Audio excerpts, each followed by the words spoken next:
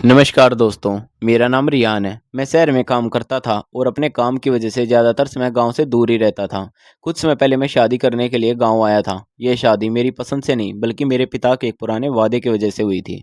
मेरे पिताजी ने अपने एक दिवंगत दोस्त से वादा किया था कि उनकी बेटी को अपने घर की बहू बनाएंगे और उन्होंने अपना वादा निभाया। मेरी पत्नी का नाम अनुराधा था। वह मुझसे उम्र में कुछ बड़ी थी और गाँव के माहौल में पली बड़ी एक सीधी सादी लड़की थी। उस समय मेरी सोच बहुत गलत थी। मैं इंसान की अच्छाइयों को समझने के बजाय उसके रहन-सहन और बाहरी रूप को देखकर फैसला करता था। इसी वजह से मैं अनुराधा को स्वीकार नहीं कर पा रहा था। शादी को 1 महीना हो चुका था, लेकिन मुझे ऐसा लगता था जैसे मैं किसी ऐसी ज़िंदगी में फँस गया हूँ, जिससे मैं निकलना चाहता हूँ। अनुराधा हर वक़्त मेरे करीब आने की कोशिश करती थी, लेकिन मैं उससे दूरी बनाकर रखता था। उसकी हर बात मुझे बोझ लगती थी। वह मेरी परवाह करती थी, लेकिन मैं उसकी भावनाओं को समझने की कोशिश ही नहीं करता था। एक सुबह मैं जल्दी उठ गया क्योंकि मैं वापस शहर जाना चाहता था। मैं अपना सामान लेकर बाहर निकलने लगा तो अनुराधा मेरे सामने आकर खड़ी हो गई। उसकी आंखों में उदासी साफ दिखाई दे रही थी। उसने धीमी आवाज में कहा, इतनी जल्दी मत जाइए, कुछ दिन और रुक जाइए। उसकी बात सुनकर मेरा दिल नहीं पिघला। मैंने कठोर स्वर में कहा कि मुझे शहर में बहुत ज़रूरी काम है और मैं ज़्यादा दिन यहाँ नहीं रुक सकता। उसने कुछ और कहना चाहा, लेकिन मैं उसकी बात सुने बिना बाहर निकल आया। जब मेरे माता पिता को पता चला कि मैं वापस शहर जा रहा हूँ तो उन्होंने मुझे रोकने की कोशिश की। पिताजी ने कहा कि अभी तुम्हारी शादी को ज़्यादा समय नहीं हुआ है, बहू को अकेला छोड़कर मत जाओ। मैं अपने पिता का बहुत सम्मान करता था, इसलिए मैंने काम का बहाना बनाकर उनसे जाने की अनुमति मांगी। आखिरकार उन्होंने बारी मन से मुझे जाने दिया। उस समय अनुराधा छत पर कपड़े सुखाने गई हुई थी। मैं उसे मिले बिना ही घर से निकल आया। गांव से निकलते ही मुझे ऐसा लगा जैसे मैं किसी बोझ से मुक्त हो गया हूँ। मुझे गांव का शांत माहौल कभी पसंद नहीं था। मुझे शहर की चमक दमक और भागदौड़ वाली जिंदगी अच्छी लगती थी। शहर पहुंचते ही मेरे कुछ लोग मुझे लेने आ गए। मेरा काम ऐसा था जिसमें मुझे हमेशा सतर्क रहना पड़ता था। बाहर से मेरी जिंदगी बहुत शानदार दिखाई देती थी, लेकिन सच्चाई कुछ और थी। लोग मुझे एक सफल कारोबारी समझते थे, लेकिन मैं गैर कानूनी वसूली और गलत लोगों के साथ जुड़े कारोबार का हिस्सा बन चुका था। मेरे पास पैसा था, ताकत थी और मेरे नाम का डर भी था। पुलिस को लंबे समय से मेरे कामों पर शक था, लेकिन उनके पास मेरे खिलाफ कोई ठोस सबूत नहीं था। अगर मेरे माता पिता को मेरी सच्चाई पता चल जाती तो उनका दिल टूट जाता। मैं अपने काम में इतना डूब चुका था कि मुझे सही और गलत का फर्क समझ आना बंद हो गया था। एक दिन मैं ट्रेन से सफ़र कर रहा था। भीड़ बहुत ज़्यादा थी। तभी मेरी नज़र एक लड़की पर पड़ी। वह साधारण कपड़ों में थी और उसके चेहरे पर एक संघर्ष साफ दिखाई दे रहा था। उसका नाम मानवी था। मैंने उसे बैठने के लिए अपनी सीट देने की कोशिश की, लेकिन उसने मुझे गलत समझ लिया। उसने कहा कि वह किसी अनजान व्यक्ति पर भरोसा नहीं करती। उसकी बात सुनकर मुझे बुरा तो लगा, लेकिन पहली बार किसी ने मुझसे बिना डरे इस तरह की बात की थी। शायद यही बात मुझे उसके बारे में सोचने पर मजबूर कर रही थी। अगले कई दिनों तक मैं उसे भूल नहीं पाया। मैंने उसके बारे में जानकारी जुटाई तो पता चला कि वह बहुत साधारण परिवार से है। उसके माता पिता बूढ़े थे और वह अपनी पढ़ाई के साथ साथ घर की जिम्मेदारियां भी संभाल रही थी। मुझे पता ही नहीं चला कि कब मैं उसके बारे में ज़रूरत से ज़्यादा सोचने लगा। मैं उससे मिलने के बहाने ढूंढने लगा। कुछ समय बाद मेरी उससे बातचीत होने लगी। धीरे धीरे हमारी मुलाकातें बढ़ने लगी। मैं उसके परिवार की मदद करने लगा। उसके माता पिता मुझे पसंद करने लगे। मुझे लगता था कि मैं उससे प्यार करने लगा हूँ, लेकिन सच यह था कि मैं अपने स्वार्थ और आकर्षण को प्यार समझ बैठा था। मैंने उससे अपनी शादी की बात छिपाई हुई थी। मैं जानता था कि अगर उसे सच्चाई पता चल गई तो वह मुझसे दूर हो जाएगी। इधर गांव में अनुराधा हर दिन मेरे लौटने का इंतजार करती रहती थी। वह रोज मेरी माँ से मेरे बारे में पूछती और मेरे लिए दुआ करती। मेरी माँ जब भी उसे कहती कि मैं काम में व्यस्त हूँ तो वह मुस्कुरा देती, लेकिन उसकी आंखों की उदासी छिप नहीं पाती थी। वह मेरे माता पिता की सेवा में कोई कमी नहीं छोड़ती थी। मेरे पिताजी अक्सर फ़ोन पर मुझे बताते कि अनुराधा बहुत समझदार और जिम्मेदार लड़की है, लेकिन मैं उनकी बातें सुनकर बेनसुना कर देता था। मुझे लगता था कि मैं अपनी ज़िंदगी के फैसले खुद ले सकता हूँ और मुझे किसी की सलाह की ज़रूरत नहीं है। शहर में मेरी ज़िंदगी दो हिस्सों में बँट चुकी थी। एक तरफ मेरा वह चेहरा था जिसे दुनिया एक सफल और प्रभावशाली इंसान के रूप में जानती थी, और दूसरी तरफ वह सच्चाई थी जिसे मैं अपने परिवार से छिपाकर जी रहा था। गैर कानूनी वसूली के धंधे में पैसा तो बहुत था, लेकिन सुकून बिल्कुल नहीं था। मैं दिन भर अपने लोगों के साथ बैठकों में व्यस्त रहता और रात को अकेला होकर मानवी के बारे में सोचता रहता। मुझे लगता था कि वह मेरी खुशियों की मंजिल है। दूसरी तरफ गांव में अनुराधा थी, जो बिना किसी शिकायत के मेरा इंतजार कर रही थी। वह रोज मेरी माँ पापा का ख्याल रखती और हर फोन पर मेरे बारे में पूछती थी, लेकिन मैं उसकी परवाह करने के बजाय उससे और दूर होता जा रहा था। धीरे धीरे मेरी और मानवी की मुलाकातें बढ़ने लगी। मैं उसके घर जाने लगा। उसके माता पिता मुझे अपने बेटे जैसा मानने लगे। मैं उनकी ज़रूरतों का ध्यान रखता और हर मुश्किल में उनकी मदद करता। मानवी भी अब मुझसे पहले की तरह नाराज़ नहीं रहती थी। वह खुलकर मुझसे बातें करने लगी थी। हम कभी पार्क में घूमने चले जाते तो कभी किसी रेस्टोरेंट में बैठकर घंटों बातें करते। उसके साथ बिताया हर पल मुझे अच्छा लगता था। मुझे लगता था कि मैं पहली बार किसी के लिए दिल से कुछ महसूस कर रहा हूँ। लेकिन सच ये था कि मैंने अपनी ज़िंदगी की बुनियादी झूठ पर रख दी थी। मैंने आज तक उसे यह नहीं बताया था कि मेरी शादी हो चुकी है। मुझे डर था कि सच्चाई जानकर वह मुझसे दूर हो जाएगी। एक दिन मैंने हिम्मत करके मानवी के पिता से उसका हाथ मांग लिया। उन्होंने मुस्कुराते हुए कहा कि अगर उनकी बेटी तैयार है तो उन्हें कोई आपत्ति नहीं है। उनकी बात सुनकर मुझे लगा जैसे मुझे दुनिया की सबसे बड़ी खुशी मिल गई हो। लेकिन मेरी ये खुशी ज़्यादा देर तक नहीं टिक सकी। कुछ दिनों बाद मानवी को मेरी शादी के बारे में पता चल गया। मुझे नहीं पता कि उसे यह बात किसने बताई, लेकिन उसके बाद सब कुछ बदल गया। उसने मुझसे मिलना बंद कर दिया। जब मैंने उससे बात करने की कोशिश की तो उसकी आंखों में आंसू थे। उसने कहा कि वह किसी और का हक छीन कर अपनी खुशियां नहीं बना सकती। उसकी बात सुनकर मैं बेचैन हो उठा। मैंने उसे समझाने की कोशिश की कि मेरी शादी मेरी मर्जी से नहीं हुई थी और मैं उस रिश्ते से खुश नहीं हूँ। मैंने कहा कि अनुराधा और मेरे बीच सिर्फ नाम का रिश्ता है। लेकिन मानवी मेरी कोई बात सुनने को तैयार नहीं थी। उसने साफ कह दिया कि जब तक मैं अपनी ज़िंदगी की उलझनों को सुलझा नहीं लेता, तब तक वह मेरे साथ कोई रिश्ता नहीं रख सकती।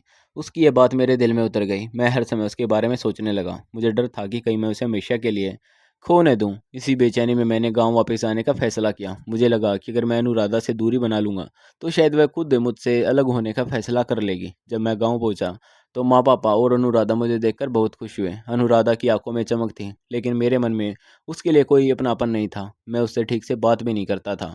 वह मेरे लिए खाना बनाती तो मैं बिना खाए उठ जाता। वह मेरे पास बैठने की कोशिश करती तो मैं कोई न कोई बहाना बनाकर वहाँ से चला जाता। मेरा व्यवहार उसके प्रति दिन प्रतिदिन कठोर और अपमानजनक होता जा रहा था। कई बार मैं उसे ऐसी बातें कह देता जो किसी का भी दिल दुखा सकती थी, लेकिन वह हर बार चुप रह जाती। उसकी आंखों में आंसू आ जाते, लेकिन उसने कभी मुझसे कोई शिकायत नहीं की। उसकी यही खामोशी मुझे और बेचैन कर देती थी। मुझे समझ नहीं आता था कि वह मेरे इतने बुरे व्यवहार के बाद भी मेरे साथ क्यों खड़ी है।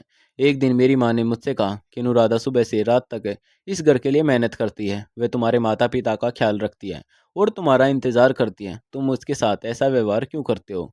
माँ की बातें सुनकर मैं कुछ पल के लिए चुप हो गया, लेकिन फिर मैंने बात बदल दी। उस समय मेरा मन मानवी के मुंह में इतना उलझ चुका था कि मुझे किसी की भावनाएं दिखाई ही नहीं देती थी। एक रात मेरी आँख खुली तो मैंने देखा कि अनुराधा कमरे में नहीं थी। मैं उसे ढूंढते हुए छत पर पहुंचा। वह अकेली बैठी आसमान को देख रही थी।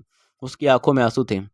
मुझे देखकर उसने जल्दी से अपने आंसू पोंछ लिए और मुस्कुराने की कोशिश करने लगी। मैंने उससे पूछा कि वह इतनी रात को यहाँ क्या कर रही है। उसने धीरे से कहा कि उसे नींद नहीं आ रही थी। फिर उसने मेरी तरफ देखकर कहा कि अगर मेरी खुशी उससे दूर रहने में है तो वह यह भी स्वीकार कर लेगी। उसकी बात सुनकर मैं कुछ पल के लिए चुप हो गया रहा। पहली बार मुझे उसके दर्द का एहसास हुआ। मुझे लगा जैसे मैं एक बहुत अच्छे इंसान के साथ गलत कर रहा हूँ। अगले ही पल मेरे सामने मानवी का चेहरा आ गया और मैं फिर से अपने पुराने विचारों में खो गया। अगले कुछ दिनों तक मैं गहरे उलझन में जीता रहा। एक तरफ अनुराधा का धैर्य और उसका निस्वार्थ प्रेम था और दूसरी तरफ मानवी को खोने का डर।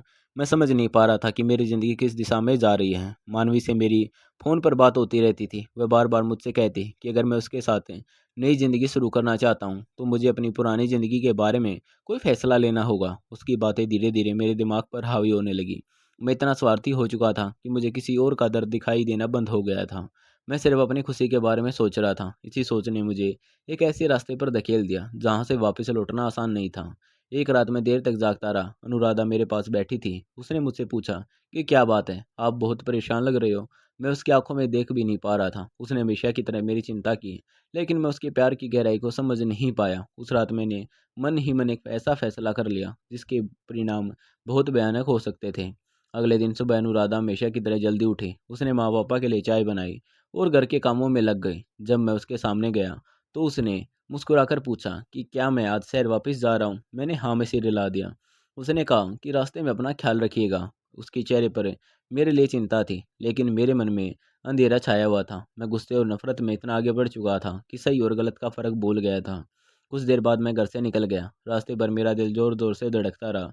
मैं खुद को समझाता रहा कि मैं जो कर रहा हूँ उसने मेरी सारी परेशानियाँ ख़त्म हो जाएंगी, लेकिन मेरे अंदर की आवाज़ बार बार मुझे रोक रही थी। जैसे जैसे मैं गांव से दूर जा रहा था वैसे वैसे मेरी बेचैनी बढ़ती जा रही थी। अनुराधा की मुस्कान और उसकी बातें मेरे मन में गूंज रही थीं। उसने कभी मुझसे कोई शिकायत नहीं की थी। उसने हमेशा मेरी खुशी को अपनी खुशी से ऊपर रखा था। फिर भी मैं उसके साथ अन्याय कर रहा था। शहर पहुंचने के बाद मैंने मानवी को अपने आने की खबर नहीं दी। मैं उससे अचानक मिलकर खुश करना चाहता था। मेरे पास उस फ्लैट की चाबी थी जो मैंने उसके लिए खरीदा था। जब मैं वहां पहुंचा तो घर में अजीब सी खामोशी थी। कुछ देर बाद मानवी मेरे सामने आई। वह बहुत खुश नजर आ रही थी। उसके चेहरे पर एक अलग ही चमक थी। उसने कहा कि अब हमारी जिंदगी बदलने वाली है। उसकी बातें सुनकर मुझे सुकून मिलने के बजाय घबराहट होने लगी। उसने मुझे बैठने के लिए कहा और खुद दूसरे कमरे में चली गई।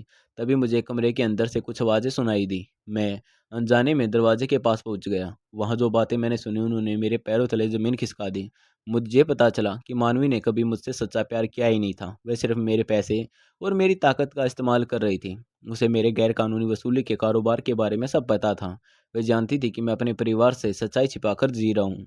उसने मेरे भरोसे और मेरी कमजोरियों का फ़ायदा उठाया था। मुझे यह भी पता चला कि वह किसी और से प्यार करती थी और मेरे साथ सिर्फ अपना बदला पूरा करने के लिए जुड़ी हुई थी। यह सच सुनकर मेरी आंखों के सामने अंधेरा छा गया। मैं समझ गया कि जिस रिश्ते को मैं प्यार समझ रहा था वह सिर्फ एक धोखा था। उसी समय मेरे पिताजी का फ़ोन आया। उनकी आवाज़ काँप रही थी। उन्होंने कहा कि अनुराधा की तबीयत बहुत ख़राब है और वह मुझसे मिलना चाहती है। यह सुनते ही मेरे हाथ काँपने लगे। मुझे पहली बार अपने फैसले का डर महसूस हुआ। मैं बिना समय गंवाए गांव की तरफ निकल पड़ा। पूरे रास्ते मेरे मन में सिर्फ अनुराधा का चेहरा घूमता रहा। मुझे उसकी हर बात याद आने लगी। वह हर बार मेरे लिए दुआ करती थी और मैं उसे दर्द देता रहा। गांव पहुंचते मैं सीधे घर के अंदर गया। अनुराधा बिस्तर पर लेटी हुई थी। उसकी सांसें धीमी थीं, लेकिन मुझे देखते ही उसके चेहरे पर हल्की सी मुस्कान आ गई। मैं उसके पास बैठ गया। मेरी आंखों से आंसू बहने लगे। उसने कांपते हुए हाथों से मेरा हाथ पकड़ा और कहा कि वह मुझसे कोई शिकायत नहीं करना चाहती। उसने बताया कि उसे मेरे गैर कानूनी वसूली के कारोबार के बारे में सब पता चल गया था। उसे मेरी अलमारी से कुछ ऐसे दस्तावेज मिले थे जिनसे उसे सच्चाई का पता चल गया। उसने कहा कि वह मुझे बर्बाद नहीं होना देना चाहती थी, इसलिए उसने मेरे खिलाफ कानूनी मदद ली ताकि मैं अपराध की दुनिया से बाहर निकल सकूं। बाहर से आती आवाज़ें सुनकर मेरा दिल तेजी से धड़कने लगा। मैं समझ चुका था कि अब मेरे किए हुए हर गलत काम का सामना करने का समय आ गया। मेरे मन में डर था, लेकिन उससे कहीं ज़्यादा पछतावा था। मैं अनुराधा के पास बैठा उसकी तरफ देख रहा था। उसकी हालत कमज़ोर थी, फिर भी उसके चेहरे पर मेरे लिए चिंता दिखाई दे रही थी। उसने धीरे से मेरा हाथ थाम लिया और कहा कि अभी भी सब कुछ खत्म नहीं हुआ है। अगर इंसान अपनी गलती स्वीकार कर ले तो वह फिर से सही रास्ते पर लौट सकता है। उसकी बातें सुनकर मेरे आंखों से आंसू बहने लगे। मैं सोच भी नहीं सकता था कि जिस इंसान को मैंने सबसे ज़्यादा दुख दिया वही मेरे लिए उम्मीद की आखिरी किरण बन जाएगी। तभी पुलिस घर के अंदर आई। उन्होंने मुझसे कुछ सवाल किए और मेरे गैर कानूनी वसूली के कारोबार से जुड़े दस्तावेज अपने कब्जे में ले लिए। मैंने बिना किसी बहाने के अपने सभी गलत काम स्वीकार कर लिए। उस समय मुझे एहसास हो चुका था कि सच से भागना अब संभव नहीं है। मुझे पुलिस के साथ जाना पड़ा। घर से निकलते समय मैंने पीछे मुड़कर देखा। माँ रो रही थी। पिताजी की आंखों में दर्द साफ दिखाई दे रहा था। अनुराधा मुझे देख रही थी, लेकिन उसकी नज़रों में नफरत नहीं थी। उसकी आंखों में सिर्फ उम्मीद थी कि एक दिन मैं बदलकर वापस लौटूंगा। जेल की सलाखों के पीछे पहुंचने के बाद पहली बार मुझे अकेले बैठकर अपनी ज़िंदगी के बारे में सोचने का मौका मिला। मुझे समझ आने लगा कि मैंने अपनी गलत सोच और अपने अहंकार की वजह से कितनी ज़िंदगियां दुखी कर दी थी। मैंने इंसान की अच्छाइयों को कभी महत्व नहीं दिया। मैं बाहरी दिखावे के पीछे भागता रहा और उन लोगों का ठुकराता रहा जो सच्चे दिल से मेरा भला चाहते थे। मुझे हर पल अनुराधा की बात याद आती थी।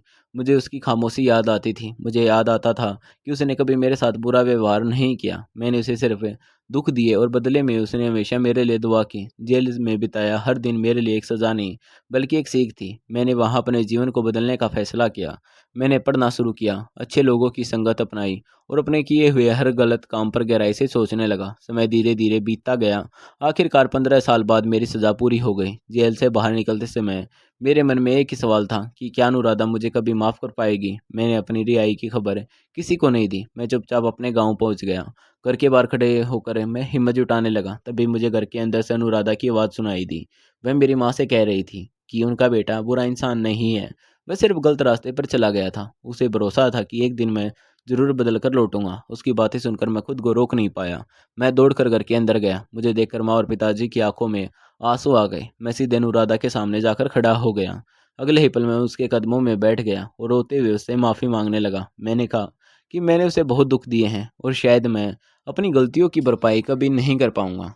अनुराधा ने तुरंत मुझे उठाया और कहा कि सच्चा पश्चाताप इंसान को बदल देता है। उसने मुझे माफ़ कर दिया। उस पर मुझे लगा जैसे मेरे जीवन का सबसे बड़ा बोझ उतर गया हो। मैंने अपने माता पिता से भी माफ़ी मांगी। पिताजी ने मुझे गले लगाकर कहा कि इंसान से गलती हो सकती है, लेकिन जो अपनी गलती मानकर खुद को बदल ले वही सच्चा इंसान कहलाता है। उस दिन मैंने मन ही मन वादा किया कि मैं अब अपनी बाकी ज़िंदगी ईमानदारी और सच्चाई के साथ जीऊँगा।